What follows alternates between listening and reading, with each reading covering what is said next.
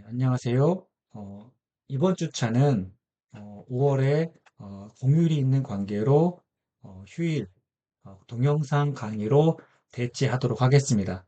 이미 수업 시간에 안내 드린 것처럼 이것을 학교 홈페이지에 캠퍼스에 올려서 그것을 듣고 그리고 그걸 통해서 출결 처리를 확인할 테니 학생들은 그와 관련된 사항을 유념해서 강의를 청취해 주시기를 바랍니다.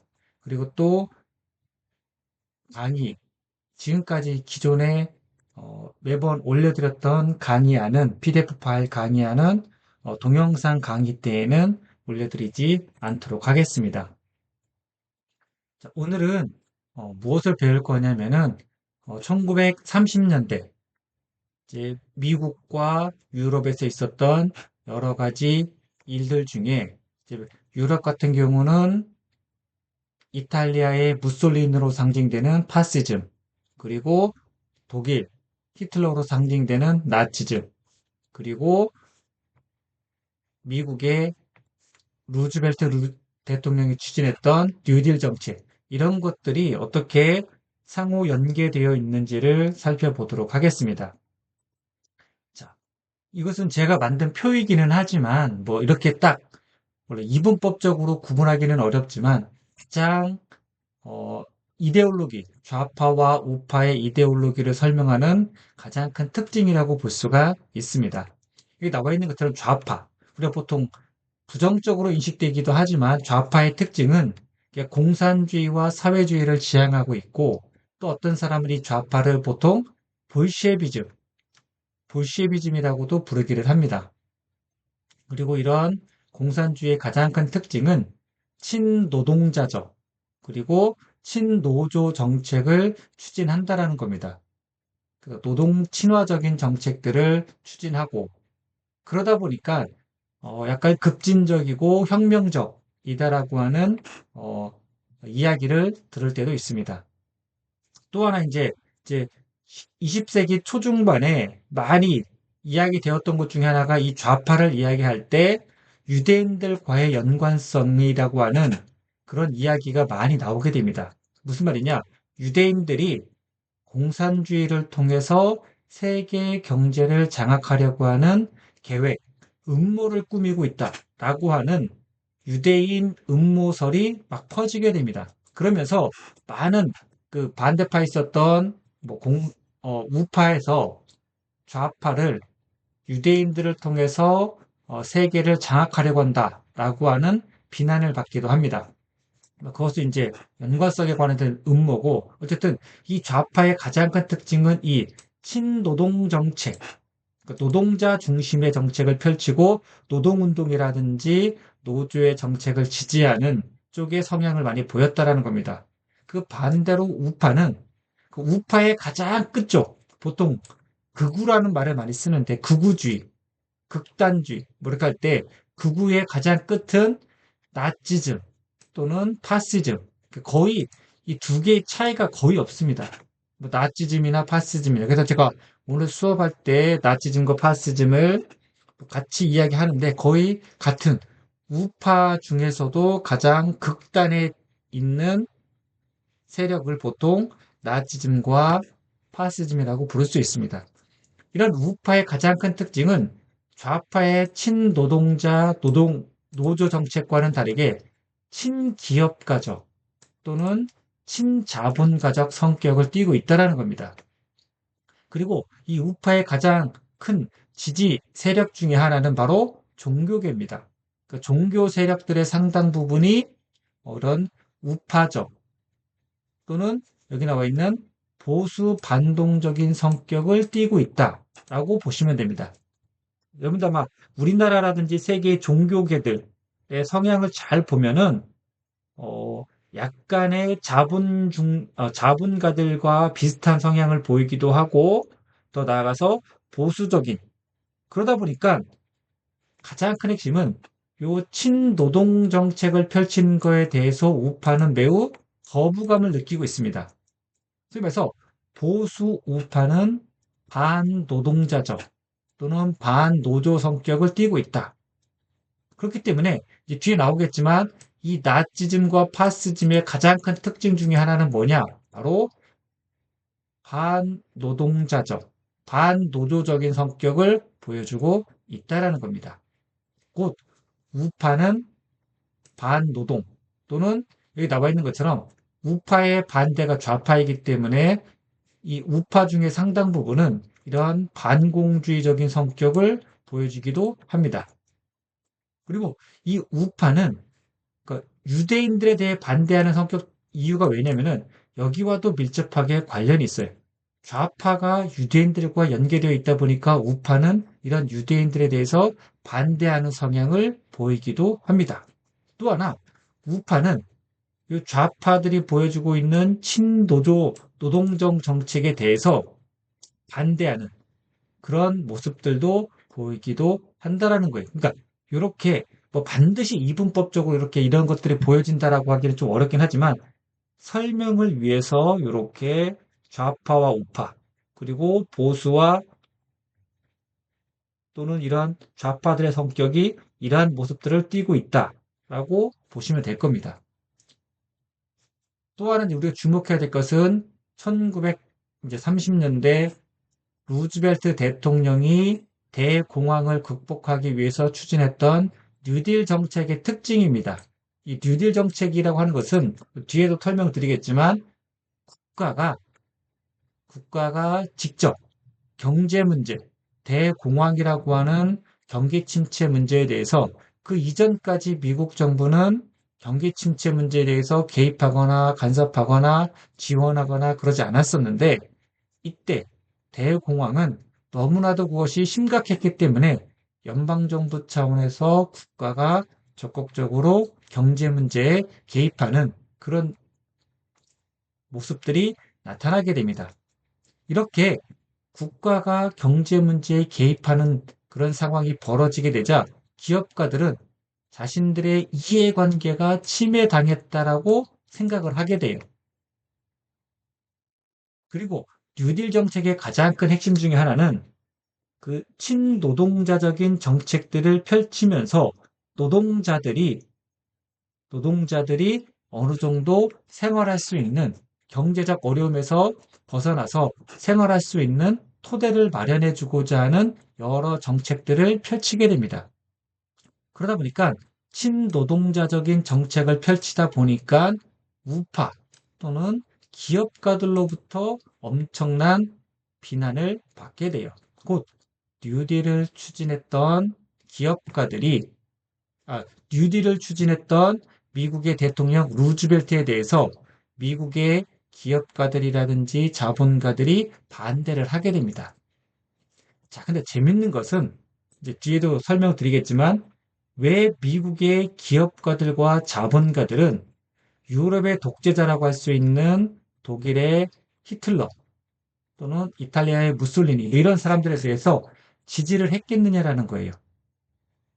그리고 왜 그들은 이 미국의 기업가들은 뉴딜에 반대했겠느냐를 이해하기 위해서는 이런 좌파와 우파의 기본적인 성격, 특징, 그리고 서로가 서로를 어떻게 인식하고 있느냐를 생각해 볼 필요가 있기 때문입니다. 이 부분들은 한번 잘 보시고 뒤에 그 내용들을 다시 또 설명해 드리도록 하겠습니다. 자, 일반적으로 그 왼쪽에 있는 포스터는 1778년 미국이 영국의 식민지로부터 독립전쟁을 벌여서 승리한 때입니다. 그리고 1943년 미국이 2차 대전에 개입해서 유럽의 전쟁에 직접적으로 개입을 하게 된 그 시작입니다. 자, 여기 나와 있는 것처럼 미국은 항상 자유를 위해서 싸운다라고 선전을 하고 있어요. 이 포스터도 마찬가지입니다. 이 포스터는 결국 뭐냐면은 2차 대전 당시에 유럽에서 자유를 억압하고 있는 나치와 파시즘에 대항해서 정의로운 싸움, 의로운 싸움을 수행하고 있다라는 그것을 보여주기 위한 포스터입니다. 항상 미국은 자신들은 위대한 정의로운 전쟁을 싸우는 사람들, 세계의 평화와 민주주의, 뭐 이런 것들을 위한 선한 싸움을 싸우는 데 있어서 가장 앞장서는 영웅이자 선봉장이다라는 점을 부각시키고 있다라는 거죠.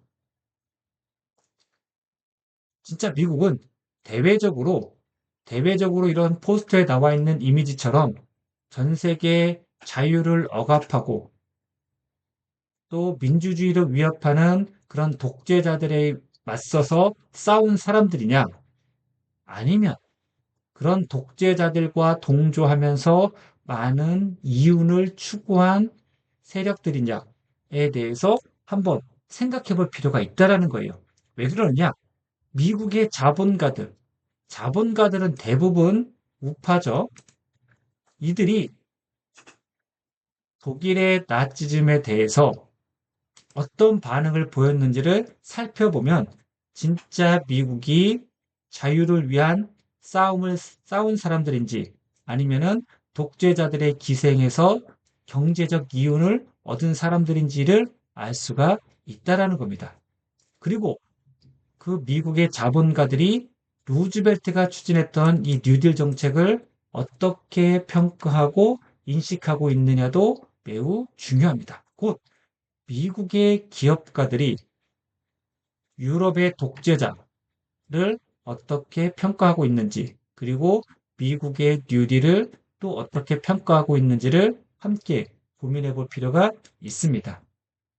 자, 과연 우리가 보통 알고 있는 상식과 상식처럼 미국은 유럽의 독재자들에 대해서 반대했는지 또는 그런 독재자들을 뒤에서 지지하고 있었는지에 대해서 생각해 볼 필요가 있습니다. 일단 미국의 상류층 카톨릭계는 유럽의 독재 정권에 대해서 지지하는 입장을 보여주는 모습들이 나타납니다. 1930년대, 30년대 유럽의 독재자, 여기서 독재자라고 하는 것은 뭐 나치의 히틀러, 파시즘의 무솔리니라고 볼 수가 있는데 이들은 그 당시 미국의 엘리트 계층들, 미국의 자본가라든지 기업가라든지 또 일부 정치인들로부터 공감과 존경을 받기도 했다라는 거예요.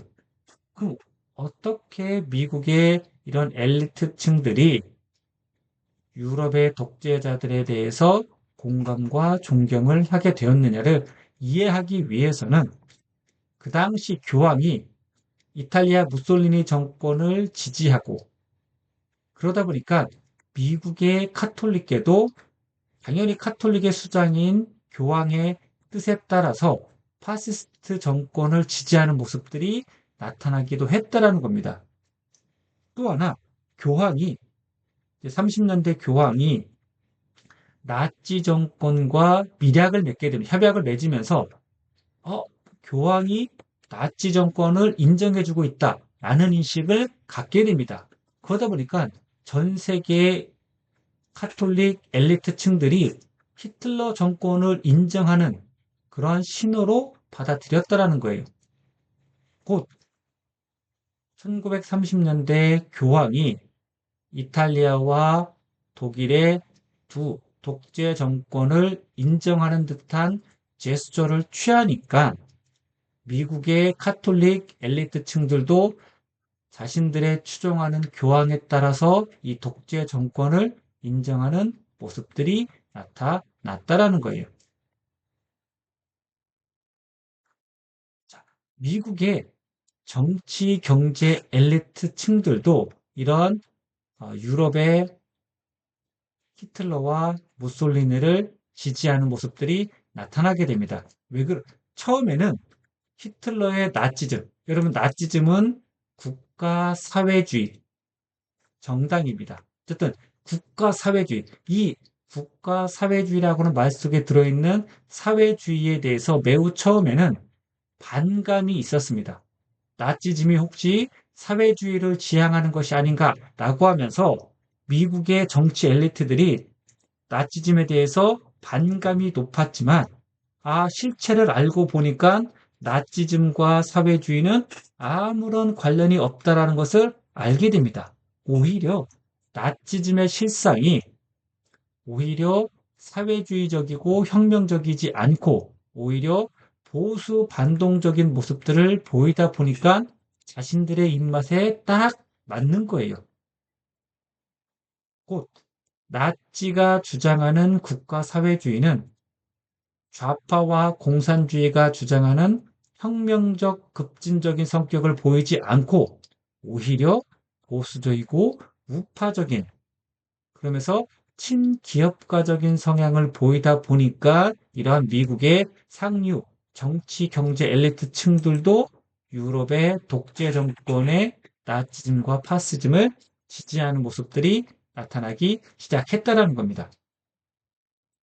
자, 이것은 한참 논란이 되었던 그러니까 30년대 교황이 이탈리아의 무솔리니 정권, 이 무솔리니 정권은 파시즘 정권입니다. 파시즘 정권에 어떻게 동조했느냐를 보여주는 자료예요. 물론 여기에 대한 논란이 있을 수 있습니다.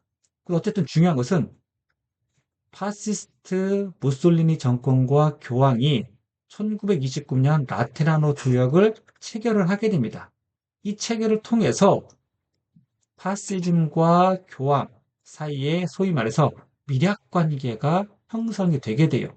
그리고 그 교황이 무솔리니 정권을 인정하는 그런 모습들이 나타나게 됩니다. 그 이유는 이 조약의 내용을 놓고 보면 무솔리니 정권이 카톨릭을 지지하는 그런 여러 정책들을 펼쳤기 때문입니다. 그러다 보니까 카톨릭의 수장인 교황이 무솔리니 정권을 지지하는 모습들이 나타나고 이것이 결국 무솔리니입니다. 무솔리니가 정치적 기반을 형성하는 데 있어서 매우 중요한 토대가 되었다. 하면서 이제 과연 그러면 교황이 이렇게 파시스트 정권을 지지하는 이런 일에 대해서 여러 논란이 벌어지기도 했다라는 겁니다. 이건 똑같이 이제 나치 정권에 대해서 교황과 어떠한 밀약 관계가 있었는지를 잘 보여주고 있습니다. 근데 더 중요한 것은 그러면 왜 교황이 나치 정권에 동조하게 되었느냐? 그 핵심은 뭐냐? 바로 이거예요. 나치 정권이 벌였던 반공주의 정책. 자, 여기 한번 다시 가볼게요. 나치즘의 가장 큰 특징 중에 하나는 보수 반동적, 그리고 이 반공주의 노선을 펼친다는 거예요. 그런데 그 당시 교황은 종교계이기 때문에 반공 정책을 지지하는 성격을 가지고 있습니다. 그런데 그 반공주의 정책을 나치 정권이 추진한다고 하니까 교황이 이 나치의 반공 정책에 대해서 지지하는 모습을 보이게 되었다라는 겁니다. 그러다 보니까 히틀러가 교황청과 이런 불가침 협약을 맺기도 하게 됩니다. 물론 나치 정권도 그렇고 파시스트 정권도 그렇고 교황이 이러한 유럽의 독재 정권에 대해서 지지했느냐 안 했느냐에 대한 논란은 오늘날까지도 계속되고 있습니다. 어쨌든 중요한 것은 그만큼 종교계, 특히 카톨릭에서 강한 반공주의 정책을 펼치고자 했던 유럽의 독재 정권에 대해서 매우 긍정적인 모습들 또는 그런 독재 정권을 지지하거나 또는 그들을 묵인하는 모습들을 보이다 보니까 자연스럽게 미국의 카톨릭 엘리트층들도 그런 교황의 제스처에 따라서 교황의 지지하는 모습에 따라서 유럽의 독재자들에게 어찌 보면 긍정적으로 보는 모습들이 나타나기도 했다라는 겁니다. 자, 이것은 그럼 어떻게 이렇게 유럽에서 파시즘 또는 나치즘이 등장하게 되었느냐? 일부 사람들은 이 파시즘은 야만적인 소득, 소위 말해서 히틀러라든지 이런 독재자들, 소수의 독재자들의 역사적 일탈, 그런 사람들이 약간 뭐 사이코패스와 같은 성향을 보이면서 등장했다라고 보기도 한다라는 겁니다. 그래서 아주 그냥 일반적인 일시적인 착오에 불과한 것이다 라고 보기도 한다는 겁니다. 그래서 소수의 독재자들의 일탈이자 일시적인 착오, 사이코패스적인 성향을 보였던 잠시 잠깐의 그냥 일탈에 불과한 것이다 라고 보기도 한다는 겁니다. 그런데 진짜 조지 모리스라고 하는 사람은 그렇지 않다라는 거예요. 소수의 독재자들이 한 것이 아니라 그를 지지했던 수많은 대중들이 만들어낸 합의 독재, 대중들이 모두 그러한 독재자들을 지지하고 긍정하고 독재자들을 존경하는 그런 모습 속에서 나타난 아래로부터의 독재가 바로 이 파시즘의 또는 나치즘의 진짜 성격이다. 곧 파시즘은 또는 나치즘은 아래로부터 시작된 독재다. 소수의 독재가 아니라 아래에 있는 대중들로부터 시작된 독재. 그것도 보통 대중독재라고 이야기하는 사람들도 있기는 한데 그런 것이다. 라고 볼 수도 있다라는 겁니다. 그것은 결국 유럽에서 있었던 파시즘과 나치즘의 성격을 어떻게 볼 것이냐에 대한 내용과도 연계가 되어 있습니다. 자, 그러면 어떻게 이제 독일의 사례를 중심으로 이 나치즘이 등장하게 되었는지, 그리고 그 속에서 미국의 기업가들은 어떻게 나치즘 속에서 경제적 이득을 얻을 수 있게 되었는지에 대해서 설명을 드리도록 하겠습니다.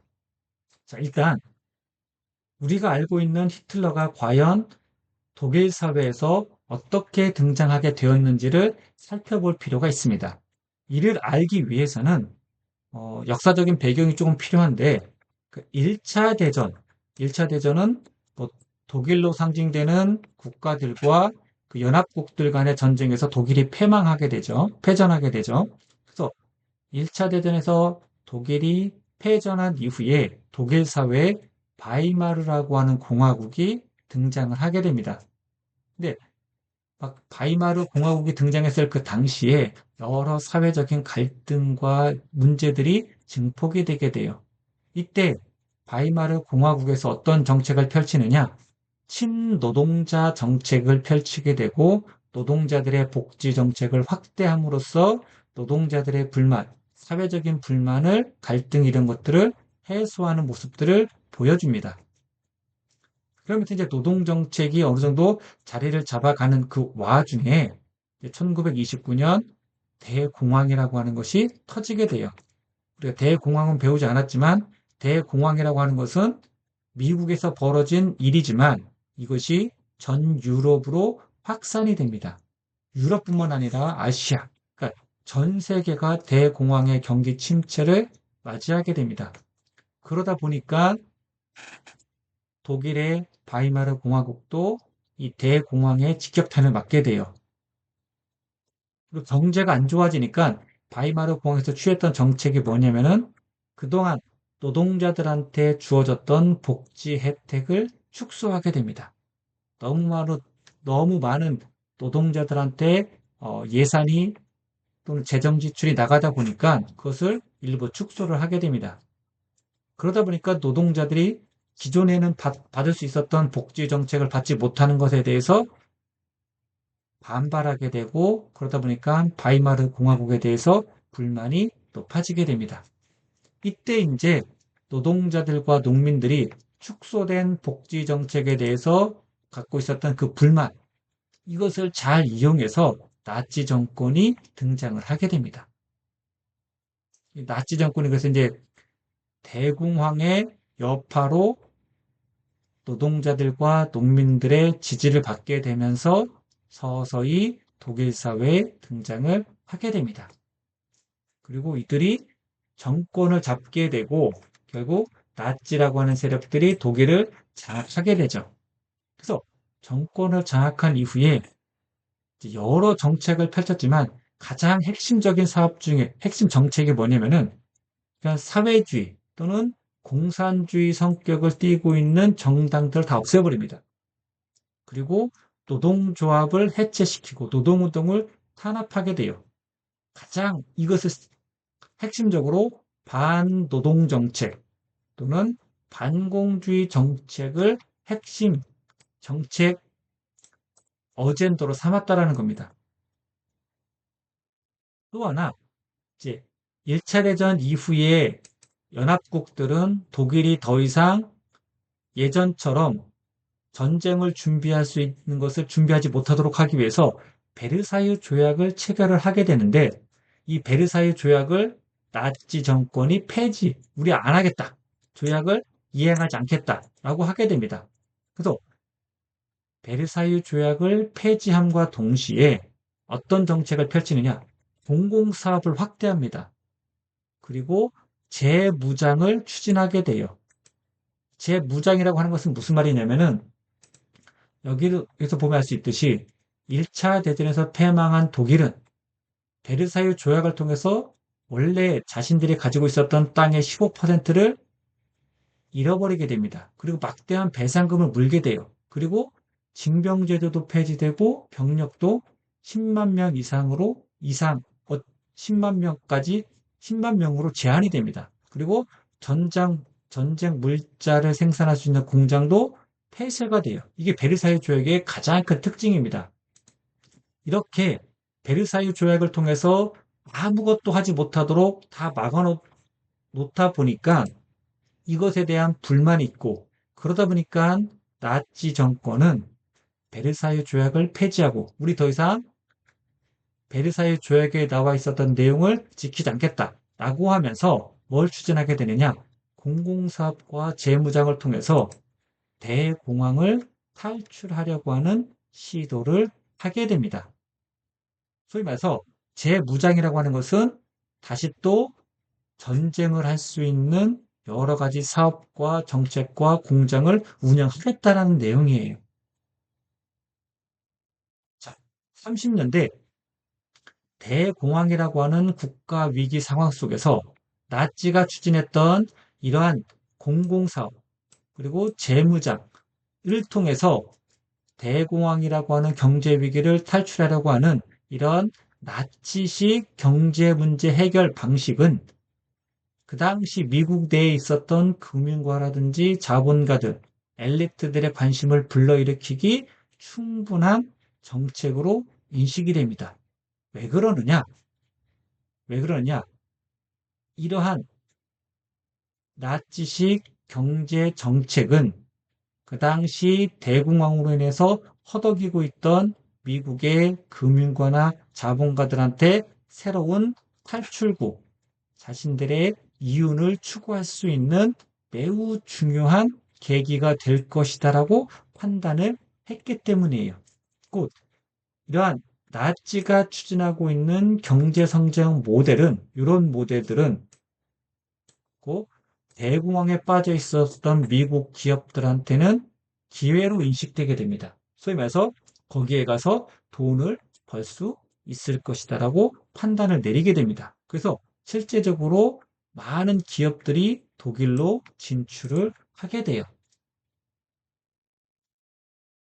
자, 그러면 나치가 추진했던 정책, 이게 뭐냐면은 경제를 바로잡기 위해서 일자리를 되돌려주겠다는 내용입니다.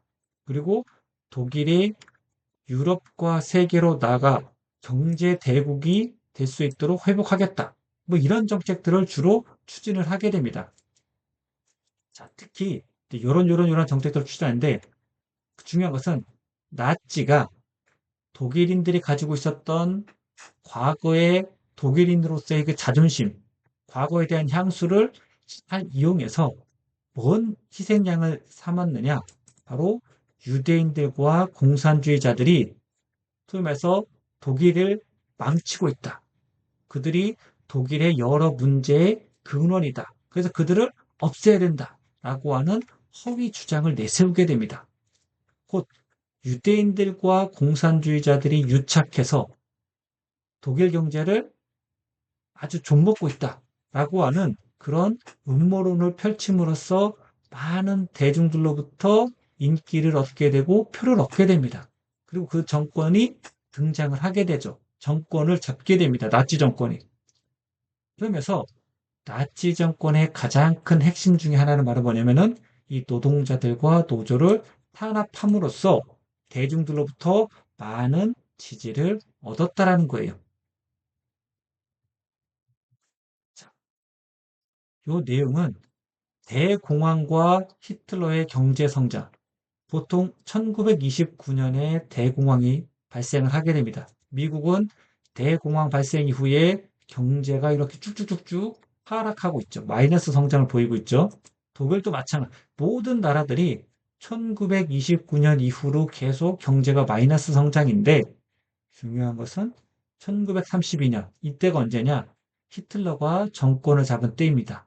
그리고 이러한 공공사업과 재무장 정책을 통해서 대공황을 탈출하려고 하는 그런 경제정책을 시작했던 때예요. 1932년에 독일의 경제는 마이너스 7.5였다가 33년에는 플러스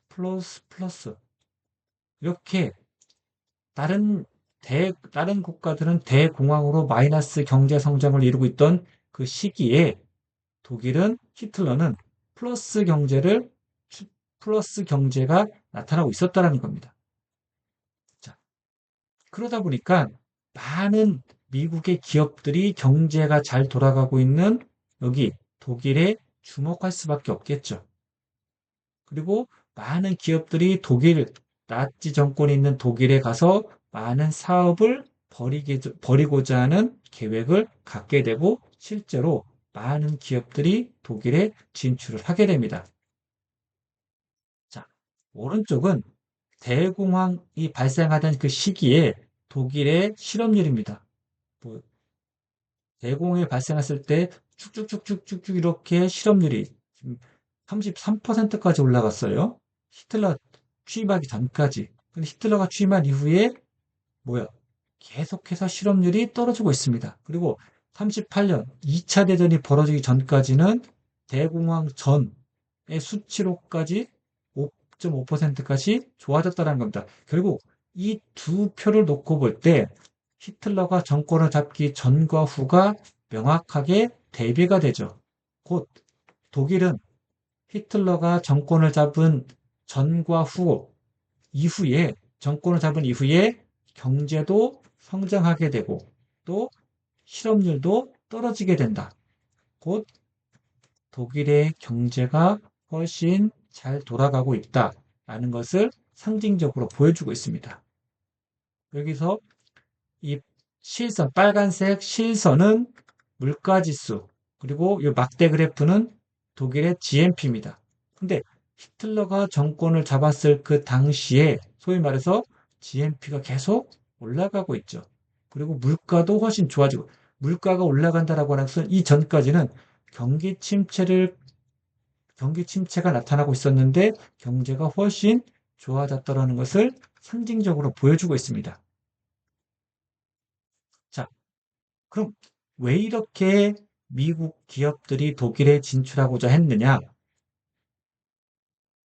20년대 이후에 미국 기업들은 1차 대전에서 패망한 독일의 재건 사업 등의 일부 지원을 해서 제휴해서 투자를 하고 있었습니다. 그런데 30년대 독일의 경제 위기 탈출, 경제가 좋아지고 실업률이 떨어지고 GNP가 올라가고 물가가 올라가다 보니까 소위 말해서 독일 경제가 잘 돌아가고 경제 위기 탈출 과정에서 미국의 기업들은 독일에 진출하면 많은 경제적 기운을 확보할 수 있을 것이다 라고 판단을 해서 20년대 이후, 특히 30년대 이후 본격적으로 독일에 진출을 하게 됩니다.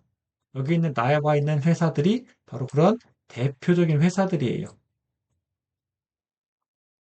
자, 그러면 독일에 진출하려고 하는 미국 기업들이 독일에 대해서 가장 매력을 느꼈던 그 독일의 경제 정책이 뭐였느냐? 바로 히틀러가 추진했던 이 반노조 성향이라는 겁니다.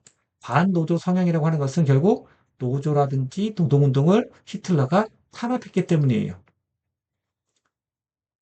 그 당시 기업가들의 입장에서는 노동자들이라든지 노동운동에 대해서 매우 반대하는 입장을 보이고 있었죠. 그런데 그러한 노동자들을 누가 탄압했느냐? 억제했느냐? 바로 히틀러가 적극적으로 노동운동을 탄압하고 억압해 줬다라는 겁니다. 이것이 미국이 기업들이 독일에 진출하려고 하는 독일의 어찌 보면 중요한 요인이라고 볼 수가 있습니다. 또 하나, 이것뿐만 아니라 히틀러의 반노조 성향뿐만 아니라 바로 재무장, 재무장이라고 하는 것은 독일이 새롭게 전쟁을 할 수 있을 정도로 무장을 하겠다라는 겁니다. 그, 그 이전까지는 베르사유 조약을 통해서 그것을 철저히 막았었는데 히틀러는 우리는 더 이상 베르사유 조약을 이행하지 않겠다. 그것을 따르지 않겠다라고 하면서 독일이 재무장 정책을 추진하는데 이 재무장 정책에 추진하면서 가장 핵심은 뭐냐면은 중요한 인프라 시설을 건설을 하게 됩니다. 공장도 건설하고 도로도 건설하게 되고 새롭게 전쟁 관련 물자도 생산하게 되고 그러다 보니까 대공황으로 인해서 줄어들었던 수요가 독일에서 이러한 재무장으로 인해서 엄청난 수요가 증가하게 돼요. 수요가 발생하게 됩니다. 그 수요가 발생하다 보니까 이런 미국의 기업들은 자신들의 제품을 독일에 팔 수 있겠다. 그리고 대공황으로 인해서 쌓여있던 재고를 다 독일에 팔 수 있겠다라고 하면서 나치 정권 하에서 자신들의 경제적 이윤과 번영을 추진할 수 있을 것이다라고 생각을 하게 됩니다. 소위 말해서 독일 나치 정권이 추진했던 재무장 정책 그리고 재무장 계획은 미국 기업들의 입장에서 놓고 보면은 새로운 수요의 창출로 인식이 되었다라는 겁니다. 그러다 보니까 2차 대전,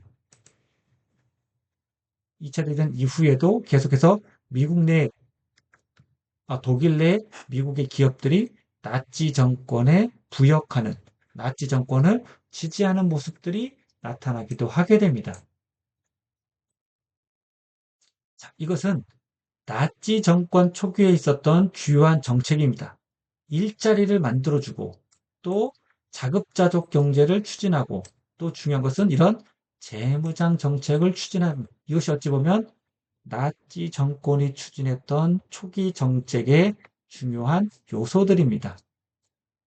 그리고 이러한 것들로 인해서 소위 말해서 대공황으로 인해서 엄청나게 늘어났던 실업이 감소하게 되고 일자리는 늘어나게 되고 그러다 보니까 집권 4년 만에 대공황 이전 수준으로 실업 인구가 줄어들게 됩니다. 그리고 아까 표에서 살펴봤듯 총생산과 산업도 늘어나게 되고 그러니까 경제가 훨씬 좋아지게 되고 또 이러한 재무장 정책, 인프라, 토목, 건설 사업 이것들은 소위 말해서 인력에 대한 수요가 많은 사업들이죠. 그러다 보니까 이런 토목 건설 사업을 통해서 많은 사람들이 일자리를 얻을 수도 있게 됩니다. 그리고 이때 이제 독일의 무제한 고속도로라고 할 수 있는 아우토반도 건설이 돼요. 자, 이러면서 히틀러가 이런 사업들을 통해서 많은 사람들을 새롭게 일자리를 얻게 하고 또 경제가 잘 돌아가게 하니까 미국의 기업들이 독일에 가면은 자신들의 경제적 이득을 얻을 수 있을 것이다라고 생각을 하게 됐고 실제로 독일에 진출을 하게 됩니다. 자, 근데 재미있는 것은 그 당시 경제계가 우려하는 독일의 일자리 만들기 사업에 대한 거부감. 이게 무슨 말이냐면은 여기 보면은 나치 정권은 일자리 만들기 정책을 하게 되죠. 근데 일자리 만들기 정책을 추진한다라고 하는 것은 노동자들을 많이 취업시킨다라는 거예요. 그래서 그러다 보면 자칫 노동자들의 입김이 세질 수 있고 노동자들의 목소리가 높아지게 된다라고 하는 것은 재계가 우려하는 일이죠. 그죠? 소위 말해서 경영자들은 노동자들의 목소리가 높아지는 것을 우려하고 있는데 그에 대한 거부감을 나치 정권은 어떻게 완화시켰느냐? 바로 기업들한테 감세 정책을 펼쳤다라는 겁니다. 그리고 기업들의 여러 어, 기업 몫의 복지 부담금을 인하시켜 줍니다. 소위 말해서 기업이 노동자들한테 취해야 되는 그러한 복지 정책을 하지 않아도 되는 그런 카드를 제시하게 되면서 그러면 노동자들의 목소리가 커지는 대신에 정부로부터 이러이러한 인센티브를 받을 수 있다라고 생각하면서 나치 정책의 이런 것에 대해서도 긍정적으로 수용을 했다라는 겁니다. 이 그림은 그 당시 이 여기에 있는 나와 있는 히틀러가 노동자들을 철저히 탄압하고 있고 그 위에서 많은 기업가들이 좋아하고 있는 모습이죠. 결국 무슨 말이냐? 그 당시 히틀러가 취했던 반노동 정책들, 노동자들의 정당이라든지 노조 활동을 금지하는 그런 정책들을 펼쳤다라는 거예요. 자, 그러면서 이런 히틀러가 추진했던 반노동 정책에 대해서 노동자들은 파업뿐만 아니라 직업을 바꾸는 것도 다 금지된 중세시대 농노에 불과했다. 그리고 노동자들의 임금은 상당히 낮게 책정되었다. 곧 히틀러는 노동자들을 억압하고 탄압하는 정책을 통해서 이러한 기업가들의 입맛에 맞는 정책을 추진했다라는 것을 알 수가 있다라는 겁니다. 그러다 보니까 노동자들은 히틀러의 나치즘의 혜택을 기대하며 히틀러를 지지했지만 실제는 그 혜택을 본 사람들은 노동자들이 아니라 누가? 이러한 자본가들이 봤다라는 것을 알 수가 있다라는 겁니다. 곧 히틀러의 반노동 정책은 독일 내에 있는 미국 기업들의 이윤 증가로 이어졌다라는 거예요. 그 배경에는 히틀러가 추진했던 노동자들의 저임금, 그리고 파업이라든지 노조 활동에 대한 탄압이라고 하는 이 반노동 정책이 이러한 기업가들의 이익 확대로 이어졌다는 것을 알 수가 있습니다.